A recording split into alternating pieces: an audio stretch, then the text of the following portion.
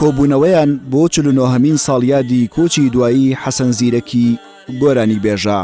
لێرە لاپەڕەی یاد و یادگاریەکانی ژیانی ئەو هونەرمەندە هەڵدەدرێتەوە تاوەکو لاینەوەی ئەم سەردەمەش وەک سەردەمی خۆی زیرەک ناو ناوبانگەکەی بمێنێتەوە.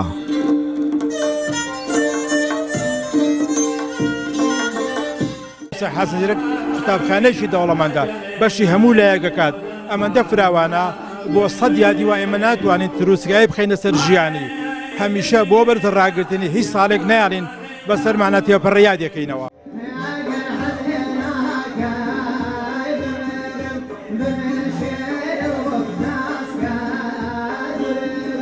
وتنەوەی گۆرانیەکانی حەسەن زیرەک بەشێکی سەرەکی بوو لە ساڵیادەکەدا تێکەڵ بە ئامێری مۆسیقای کۆن و نوێ هونەرمەندانی ناسرا و بە زیرەک هەریەکەیان چەپکێک لە گۆرانیەکانی حەسەن زیرەکیان وتەوە. یەکانی زاخاوی هەست و ئیحساس و ناوناخی ئینسانە بە تایبەت ئەو ئینسانانەی هونەرپەروەرن کە هونەری کوردیان لا خۆشە. مامۆستا حەسەن زیرەک یەکێکە لەو ئەستێرە پرشنگدار و درەوشاوەی خۆری هەڵاتووی دەمگەل بۆیە هەموو ساڵێک یادی ئەو هونەرمەندە گەورەیە کرێ.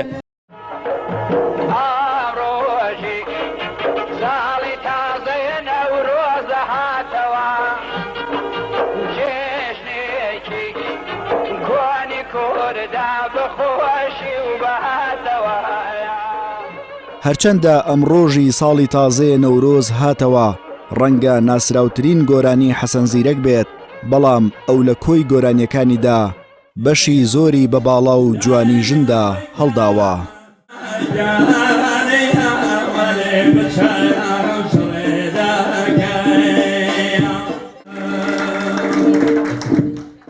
گوێ لە گۆرانیەکانەگری هەستەکەی کە ئافرەت ناسکە ئافرەت جوانە ئافرەت شایستەی ئەوەیە دەرکەوێ شایستەی ئەوەیە نازی بیدرێتێ شایستەی ئەوەیە لە کۆڕ و کۆمەڵەکانە شوێن پێی هەبێت یعنی بەڕاستی زۆر بە جوانی باسی ئافرەت دەکا. من خۆم یەکێک لە هەوادارە سەرسەختەکانی مامۆستا حەسەنم و بەردەوام لە ناو سەیارەکەم لە ناو ماڵە من گوێ لێگرم.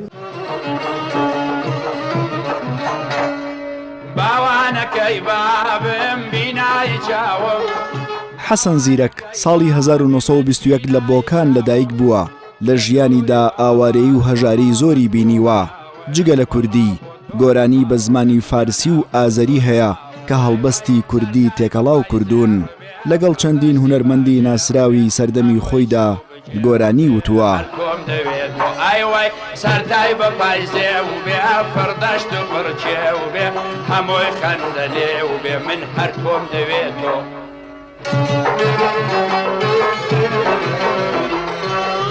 لە پڕدا پیریم لێوە دەرکەوت بەختیش وەکو خۆم هاتوو لەی خەوت پتی لای عمرم هاتۆتە کزی. ساڵی 1970 زاینی نەخۆشی شێرپەنجەی جگەر دەیخاتە ناو جێگا. لە ڕۆژی 26 حوزەیرانی 1972 زاینی ماڵاوایی لە زێد و نیشتیمانەکەی کرد و کۆچی دوایی کرد.